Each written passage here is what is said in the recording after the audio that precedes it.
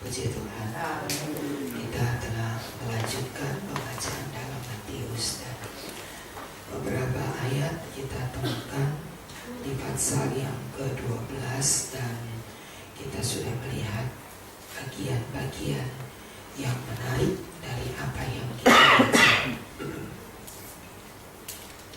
Pengajaran Yesus dilanjutkan dengan bagaimana Dia mendidik murid-muridnya dalam perjalanan 3,5 tahun. Yesus berjalan dari satu tempat ke tempat lain dan ada begitu banyak pengajaran yang disampaikan. Bagaimana pandangan Yesus tentang hari Sabat. Di sebagian orang dalam hukum Taurat, hari Sabat itu merupakan hal yang harus dihormati, hukum yang keempat, dan itu merupakan mutlak yang harus dilakukan. Kemarin ada seorang ibu yang berkata, Ibu Gembala, nanti hari apa ya, hari Sabtu atau hari apa katanya, saya mau menyunatkan anak saya. Loh, saya bilang, kok mau menyunatkan anaknya? Kita sudah hidup di zaman anugerah. Kita tidak lagi hidup di zaman Taurat. Sebab itu kita tidak perlu menyunatkan anak kita kecuali bila itu merupakan kesehatan. Tetapi kalau disebutkan bahwa mau menyunatkan anaknya karena hukum agama, maka itu tidak berlaku lagi bagi kita. Semua peraturan Taurat, Injil Lukas berkata, telah digenapkan di dalam Kristus. Maklum, sebab memang berasal dari Muslim. Pada Injil Lukas pasal yang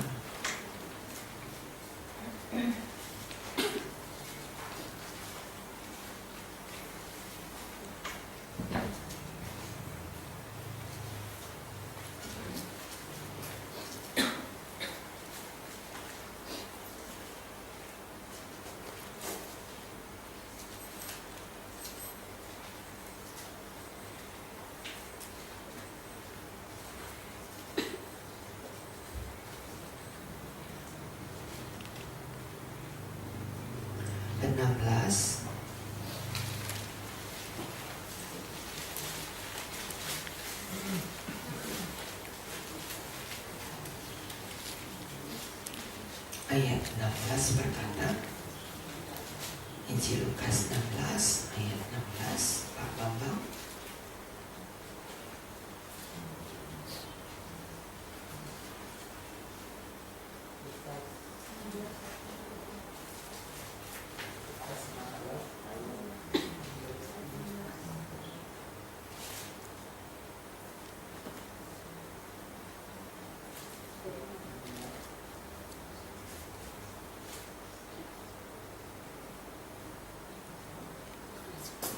Hukum Taurat dan kitab para nabi berlaku sampai pada zaman Yohanes, dan sejak waktu itu kerajaan Allah diberitakan dan setiap orang menggaganinya tersebut berebut memasukinya. Iya. Injil Lukas 16 ayat 16 berkata, hukum Taurat dan para nabi berlaku sampai kapan? Zaman Yohanes.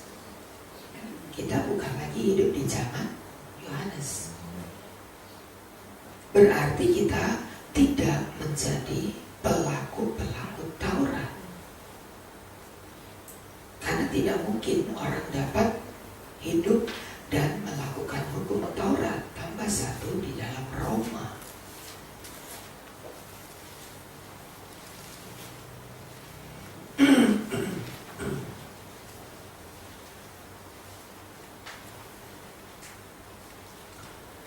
Dalam suratan Roma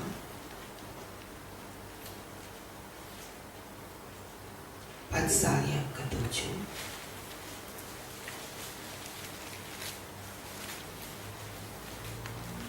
ayat yang ke-7.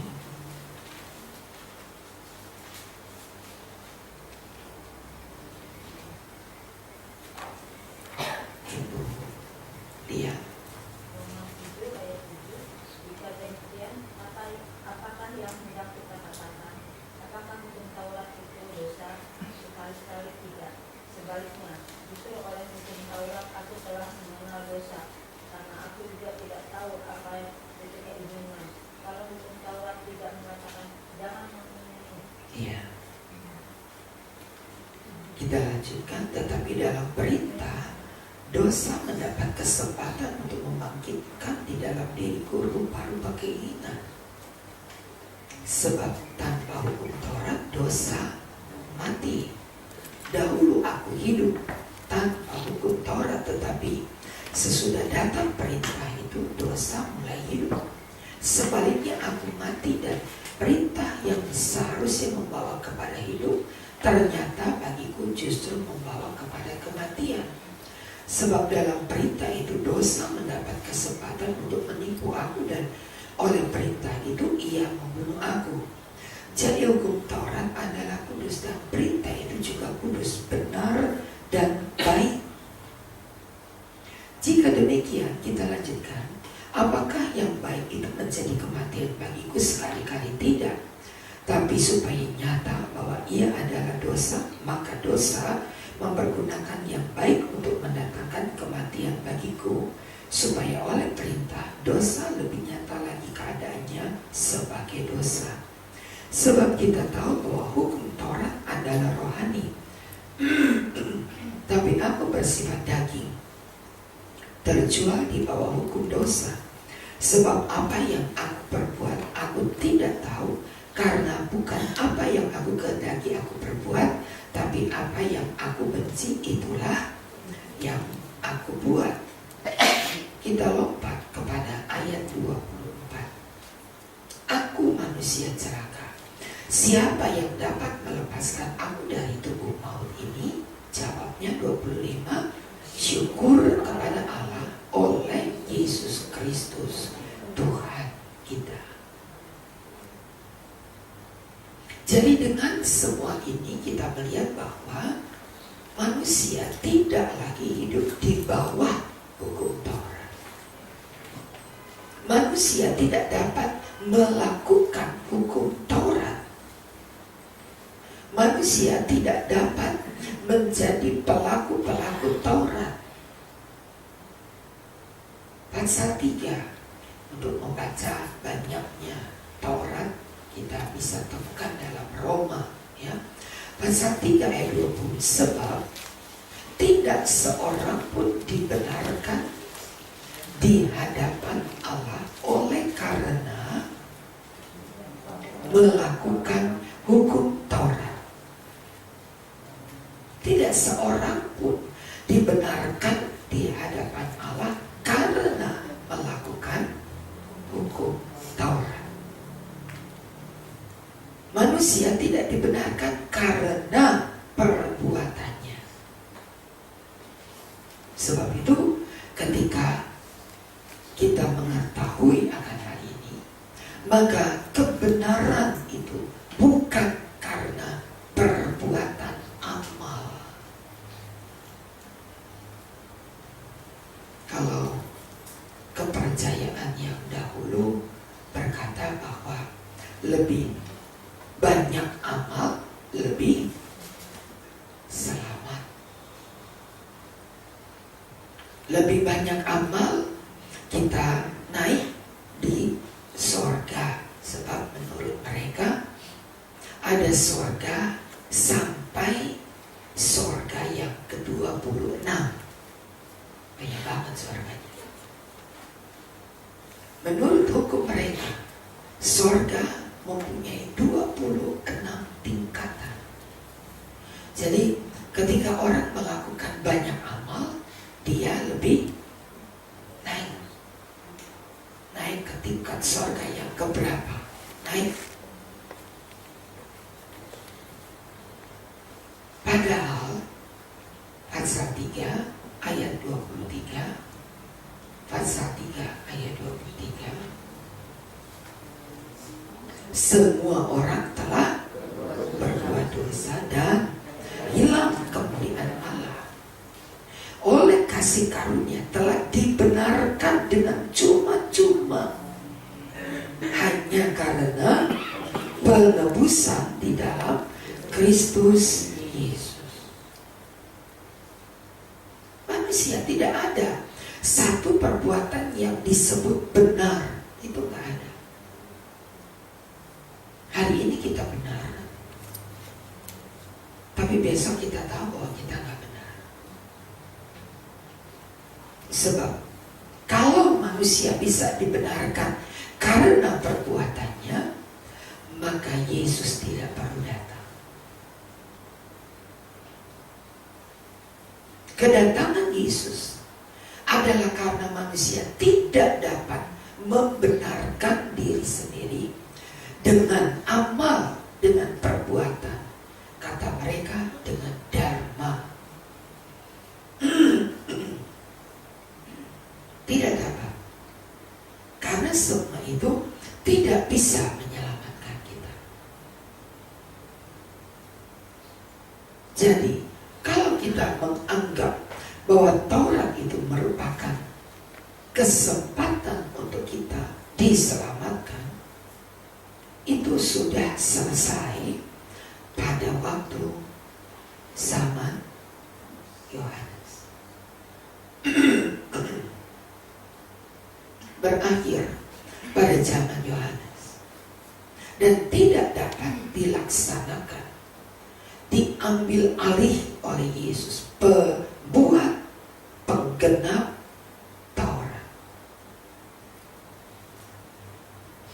Penggenap Taurat itu adalah Yesus. Dan hukum yang kedua, kata Matius pasal 8, kasihilah Tuhan Allahmu dengan segenap hati, segenap pikiran, dan segenap kekuatan. Kasihilah akan sesama manusia seperti dirimu sendiri. Kita baca ayatnya, Injil Matius.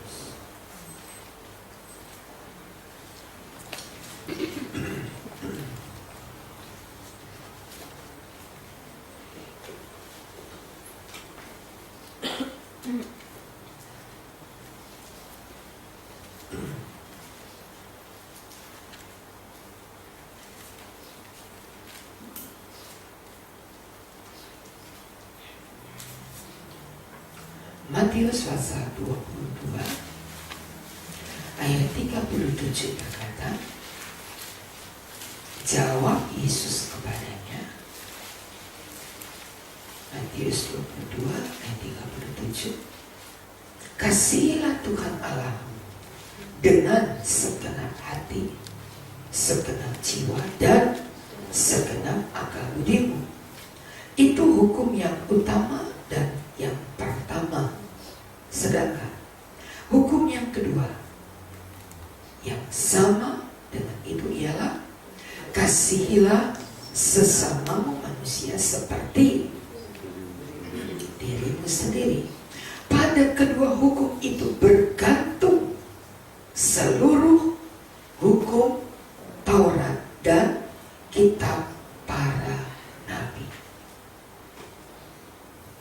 Jadi tidak lagi hidup di bawah hukum Taurat, tapi berada di dalam hukum kasih. Kita melihat bahwa kita tidak mungkin hidup di bawah hukum Taurat. 10 hukum, 9 kita lakukan dan 1 kita gagal. Itu berarti seluruh hukum Taurat gagal kita lakukan. Jadi tidak mungkin manusia tetap hidup di bawah hukum Taurat. Yesus penggenap Taurat mempunyai jalan lain yang tidak lagi karena amal perbuatan baik, tetapi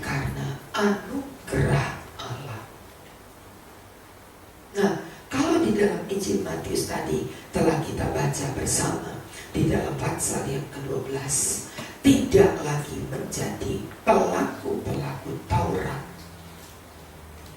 Ayat 8 berkata, Anak manusia adalah Tuhan atas hari Sabat. Artinya anak manusia, siapa dia?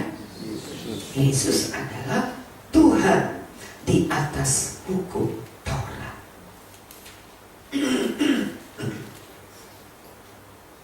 Sebab itu kita tidak lagi datang beribadah membawa kambing, domba, lembu. Sebab kita tidak perlu lagi mengorbankan binatang-binatang itu sebagai penghapus dosa. Kita nggak bisa menghapus dosa dengan memberikan persembahan binatang-binatang semacam itu. Dulu, ya itulah dulu. Hukum Taurat, ya. Itu adalah peraturan hukum Taurat.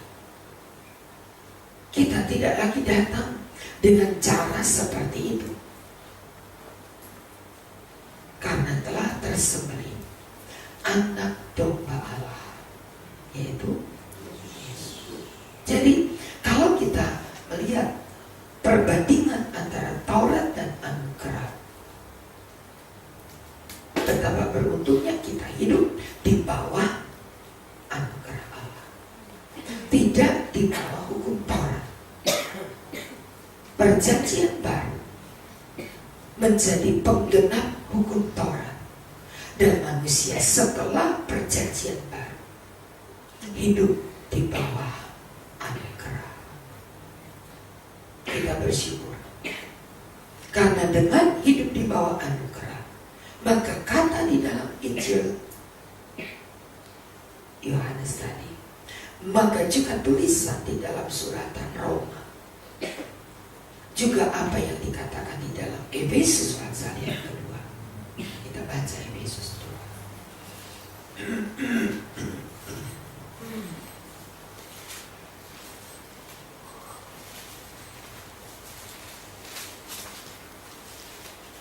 Efesus pasal yang kedua.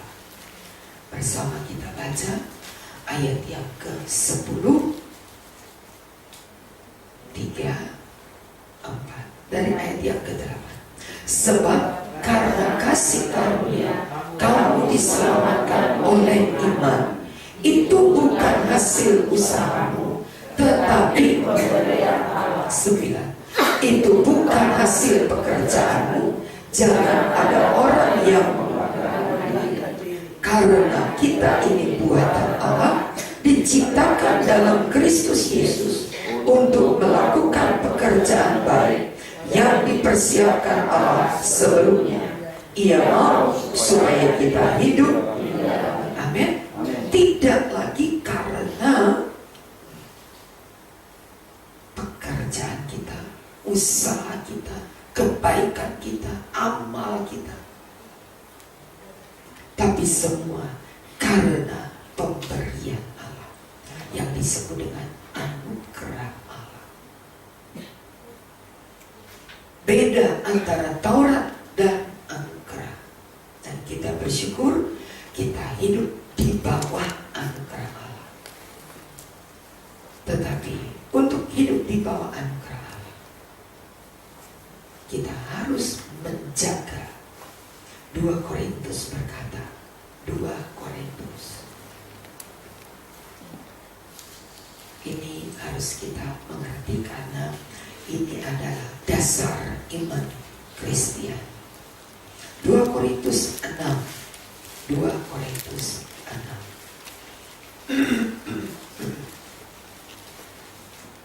ayat 1. Sebagai teman sekerja, kami menasihatkan kamu supaya kamu jangan membuat menjadi sia-sia anugerah Allah yang telah kamu menerima. Jangan memandang remeh, jangan pandang enteng anugerah Allah, jangan anggap sepele tidak lagi hidup di bawah Taurat. Tapi jangan remehkan, gratis ini kok. Pemberian Allah itu kan pemberian, bukan yang kita beli. Dan biasanya manusia ini cenderung apa yang tidak dibeli, yang disebut gratis itu dianggap sepele. Apa yang tidak kita hasilkan, kita dapatkan dengan satu pengorbanan, merupakan sesuatu yang begitu gampang dapat dianggap ya, cuma pemberian kok. Gak beli ini, biarin gak apa-apa, dibuang juga gak apa-apa, namanya juga gak beli. Karena gak merasa mengeluarkan sesuatu untuk mendapatkannya. Kecenderungan manusia adalah menganggap begitu sepele anugerah Allah,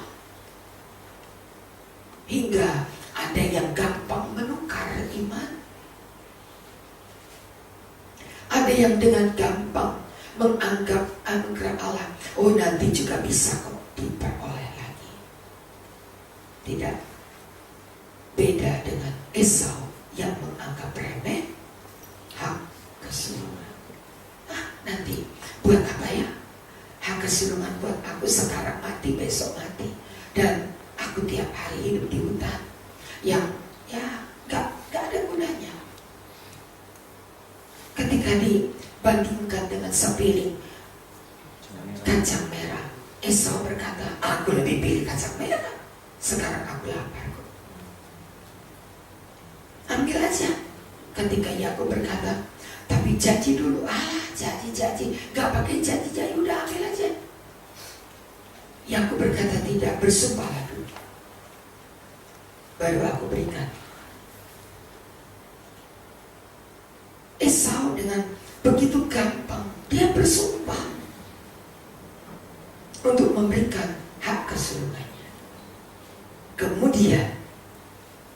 Kemudian ketika bapaknya berkata, hak kesulungan telah diambil oleh adik,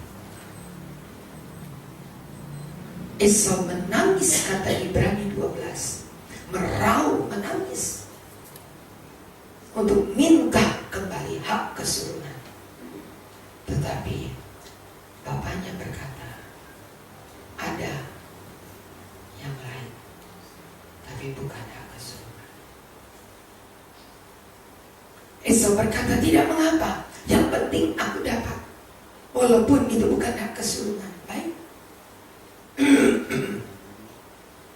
Dan ketika hak yang lain itu diucapkan oleh bapaknya, Esau menangis. Karena hak atau berkat yang lain itu begitu menyakitkan. Sampai hari ini keturunan Esau menjadi hamba dari keturunan Yakub. Boleh dilihat kitab Kejadian.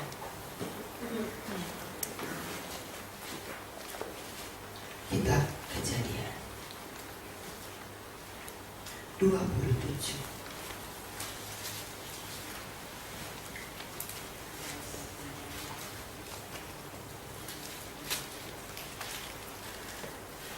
Untuk lebih jelas kita baca dari ayat yang ke-36 ya, bergantian. Kata Esau, bukankah tepat namanya Yakub?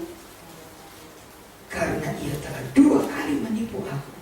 Hak kesulunganku dirampas. Sekarang dirampasnya pula berkat yang untukku. Katanya, apakah Bapa tidak punya berkat yang lain bagiku? 37. Lalu Ishak menjawab Esau, katanya, sesungguhnya telah kuangkat dia menjadi tuan atas engkau, dan segala saudaranya telah kuberikan kepadanya menjadi contohnya, dan telah kubekali dia dengan gandum dan anggur. Maka kepadamu apalagi yang dapat terbuat, ya anakku? Kata Esau kepada ayahnya, hanya berkat yang itu sajakah yang ada padamu, ya Bapa? Berkatilah aku, ya Bapa. Dan dengan suara keras menangislah Esau. 39. Lalu Ishak ayahnya menjawabnya, sesungguhnya tempat kediamanmu akan jauh dari tanah-tanah gemuk di bumi dan jauh dari embun langitnya di atas. Bersama, engkau akan hidup dari pedangmu dan engkau akan menjadi hamba adikmu. Tetapi akan terjadi kelak apabila engkau bersungguh-sungguh, maka engkau akan melemparkan kuk itu dari. Itu sebabnya saudara, mengapa keturunan Esau sekarang berusaha bersungguh-sungguh. Saudara perhatikan, mengapa keturunan Esau sekarang akan berusaha bersungguh-sungguh? Karena hanya dengan cara ini mereka melemparkan kutuk dari tengkuknya. Hati-hati. Saudara kemarin lihat seorang ibu yang pakai jilbab menyanyikan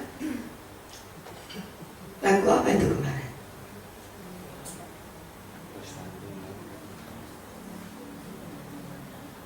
Lagu yang ada di dalam Kidung Jemaat, bukan? Saudara lihat, orang-orang pakai jilbab sekarang sudah belajar puji-pujian kita. Hati-hati saudara, baru puji-pujiannya loh. Dan sudah ada ustaz yang berkhotbah mengalahkan kita. Hati-hati. Pak Wiranto pun sudah menyanyi. Apa? Ku yakin loh. Hati-hati saudara. Apa kurang tanda-tanda ini menjelaskan kepada kita? Ayat ini sedang dikenalkan. Mereka berusaha bersungguh-sungguh menggapai apa yang hilang.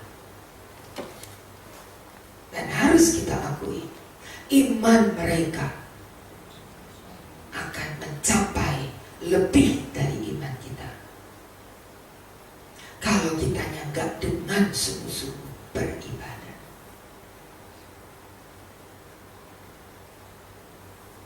Bukankah kemarin kakak dari Ibu Esta berkata, izinkan saya menyanyikan sebuah pujian.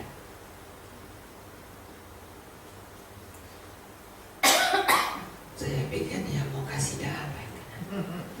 Loh, kok malah dia menyanyi pujian kita? Hafal lagi. Bagaimana?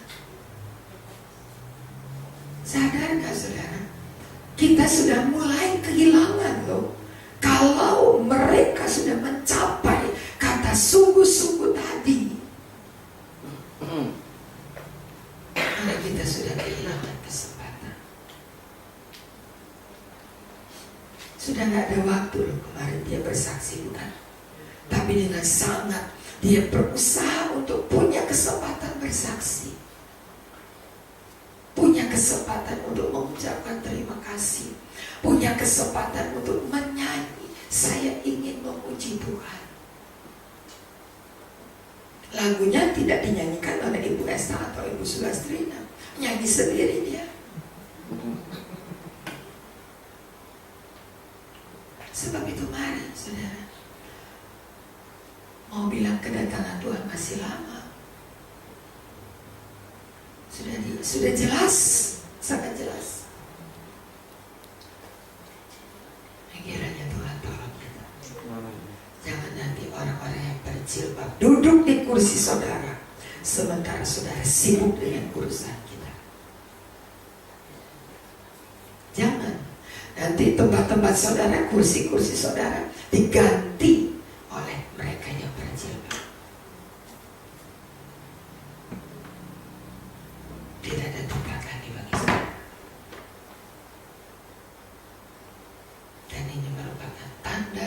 sangat jelas. Kita nggak dengar dari orang, kita dengar sendiri, bukan? Kita nggak dengar dari, oh katanya, enggak. Kita lihat, kita dengar sendiri pakai kuping kita. Kita lihat bagaimana orang berizin, mereka memang minta izin, tapi nggak apa-apa Ibu Gembala kalau dia datang harus pakai jilbabnya, nggak apa-apa, boleh aja, silakan. Dan selama firman Tuhan dia begitu mendengarkan, dan ketika firman Tuhan kemarin saudara lihat, benar-benar kata yang telak untuk membuat imannya menjadi jalik, bahwa jalan kebenaran hanya melalui Kristus. Dan saya yakin firman Allah tidak pernah kembali dengan sia-sia. Dia akan membawa. Jadi selesai ibadah, saya berkata, kalau punya iman, datanglah. Kalau punya iman, datanglah. Bawa anaknya, makanlah perjamuan, jemaat akan mendoakan. Ini merupakan bagian-bagian yang ditawarkan Allah kepada kita. Cepat tanggapkan kita melihat semua ini. Kita gak hidup di bawah tawaran, tapi di bawah anugerah. Kita tawarkan anugerah Allah untuk mereka yang membutuhkan.